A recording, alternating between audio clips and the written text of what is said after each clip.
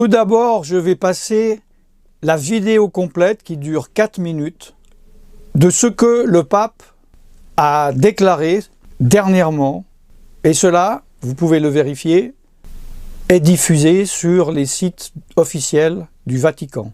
Cette vidéo est en italien, traduite en français dessous. Carissimi, nell'enciclica Laudato Si ho invitato tutti a collaborare per custodire la nostra casa comune, per capire quanto è urgente sia la sfida che abbiamo davanti. Dobbiamo puntare sulla educazione, che apre la mente e i cuori ad una comprensione più larga e più profonda della realtà. Serve un patto educativo globale che ci educhi alla solidarietà universale, a un nuovo umanesimo. Per questo ho promosso un evento mondiale che si terrà il 14 maggio del 2020. In un momento di estrema frammentazione, di estrema contrapposizione, c'è bisogno di unire gli sforzi, di far nascere un'alleanza educativa per formare persone mature capaci di vivere nella società e per la società. Ogni cambiamento però ha bisogno di un cammino educativo. Noi non possiamo fare un cambiamento senza educare a quel cambiamento. Un proverbio africano recita che per educare un bambino serve un intero villaggio, ma dobbiamo costruirlo, questo villaggio, tutti insieme, per educare i bambini, per educare il futuro. E dobbiamo bonificare il terreno delle discriminazioni, come ho sostenuto nel documento che ho recentemente sottoscritto col grande imam di Al-Azhar ad Abu Dhabi.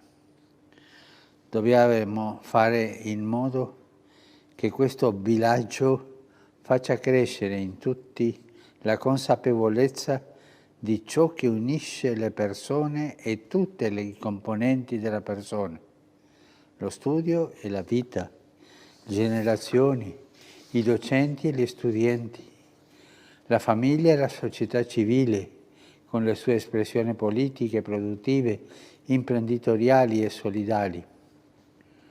Dobbiamo fare in modo che in questo villaggio nasca una convergenza globale per un'alleanza tra gli abitanti della terra e la casa comune, affinché l'educazione sia creatrice di pace, di giustizia, sia accoglienza tra tutti i popoli della famiglia umana, nonché di dialogo tra le loro religioni. Un villaggio universale, ma un villaggio anche personale di ognuno.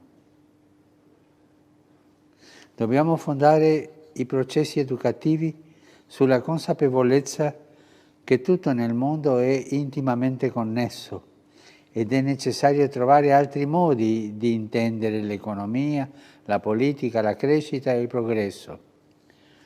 Dobbiamo avere il coraggio di formare persone disponibili a mettersi al servizio della comunità.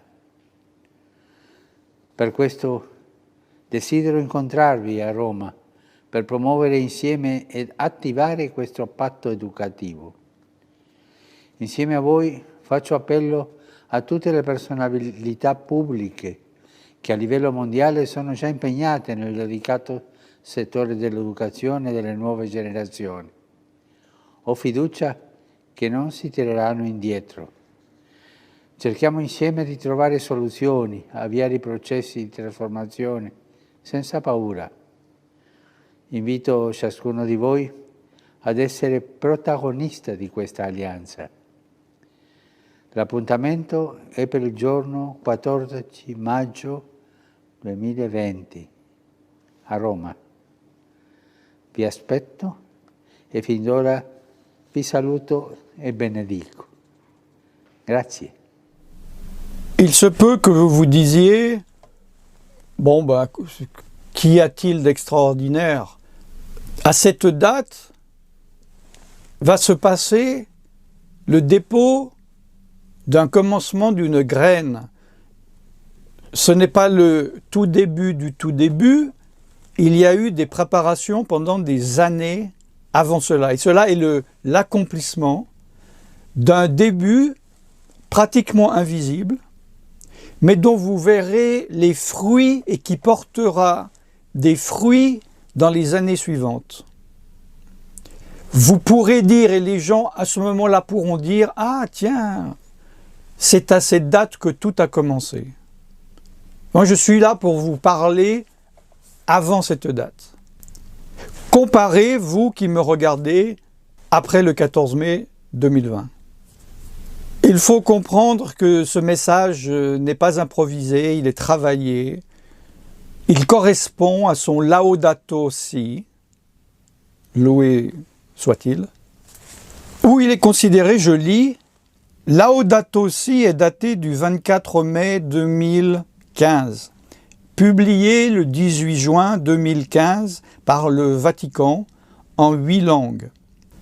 Il s'agit sans doute du document magistériel le plus important depuis le Concile Vatican II entre 1962 et 1965. Ce discours que vous venez d'écouter, d'entendre, comporte les mots-clés. Je ne veux pas dire que cela est caché, dissimulé, ceci est concentré. Il faut comprendre ce qu'il y a, l'ampleur de ce qu'il y a derrière ces mots, et beaucoup de personnes comprendront beaucoup trop tard ce que le pape a dit dans ce message que vous venez de voir. Et je suis là pour les décompresser et vous expliquer ce qu'ils veulent dire. Il y a tellement de mots-clés, c'est incroyable. Ceci est pour moi une véritable confession de foi du nouvel ordre mondial. Vous savez, quand j'écoute des messages comme ça, importants en politique ou en religion, en général, il peut y avoir un mot fort, un mot clé, une phrase clé, 2, 3 mots, 2, 3 phrases. Ici, dans ce message, je vais vous dire, j'ai une liste et je résume. Toutes les personnes de bonne volonté, chaque personne qui habite cette planète, notre maison commune, urgence, mettre l'accent sur l'éducation. Il faut un pacte global qui nous éduque. Solidarité universelle. J'ai organisé un événement mondial. Nouvel humanisme. Nous ne pouvons pas faire de changement sans éduquer. Nous devons construire ce village. Nous devons assainir le terrain des discriminations. J'ai signé récemment avec le grand imam d'Al-Azhar. Il faut que ce village fasse grandir en tous la conscience de ce qui unit les personnes. Cela concerne la famille, la société civile, la politique, la productivité, l'entrepreneuriat, la solidarité. De ce village doit naître une convergence globale pour une alliance entre les habitants de la terre et de la maison commune. Cette éducation doit être un accueil entre tous les peuples de la famille humaine, une occasion de dialogue entre les religions. Invito ciascuno di voi ad essere protagonista di questa alleanza. L'appuntamento è per il giorno 14 maggio 2020 a Roma. Vi aspetto e fin d'ora vi saluto e benedico. Grazie.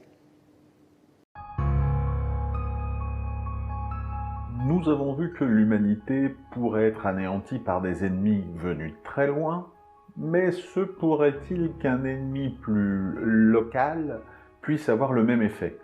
L'histoire de notre humanité est parsemée d'épidémies et de maladies meurtrières. Alors, il y a celles que nous connaissons tous.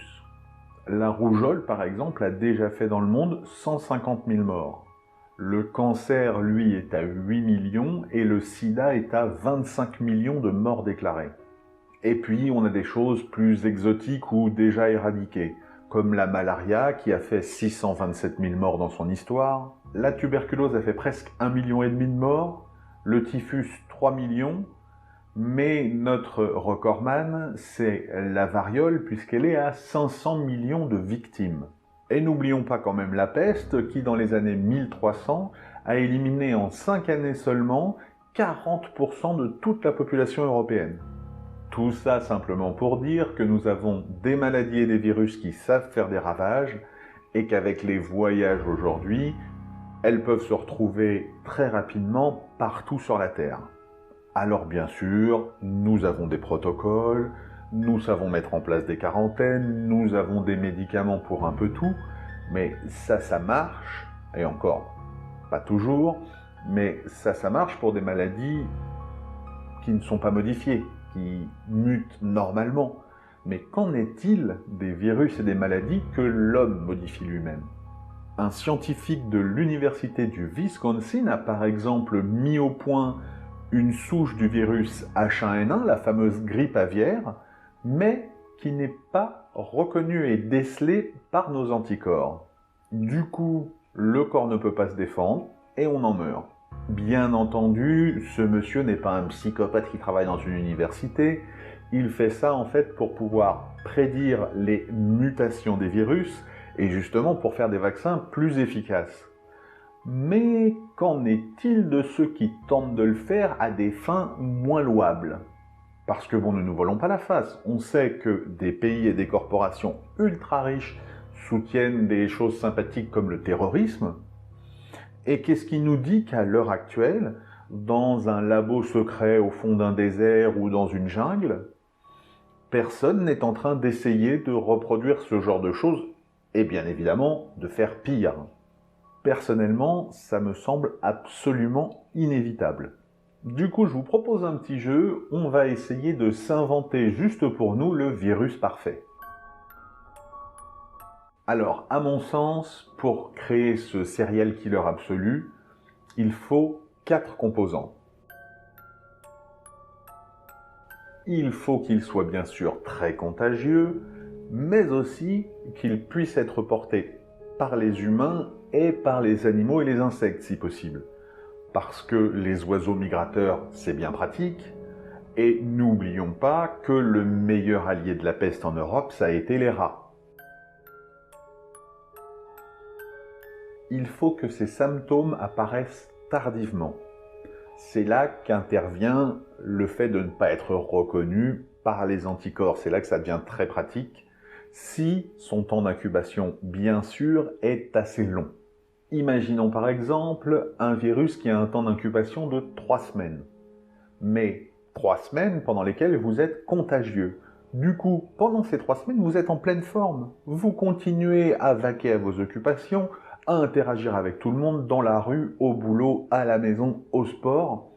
Et du coup, eh bien, vous contaminez le plus de personnes possible. Il nous faut aussi des premiers symptômes anodins, type fièvre, toux, démangeaison, maux de tête. Ainsi, ça nous permet de bien induire en erreur tous les médecins et de retarder d'autant plus la mise en place de quarantaines et de traitements efficaces. D'ailleurs, infecter le corps médical fait partie des priorités. Ce sont des gens qui sont en permanence en relation avec des malades, donc des gens qui sont plus faibles, et du coup, si eux transportent le virus, c'est forcé de faire un strike.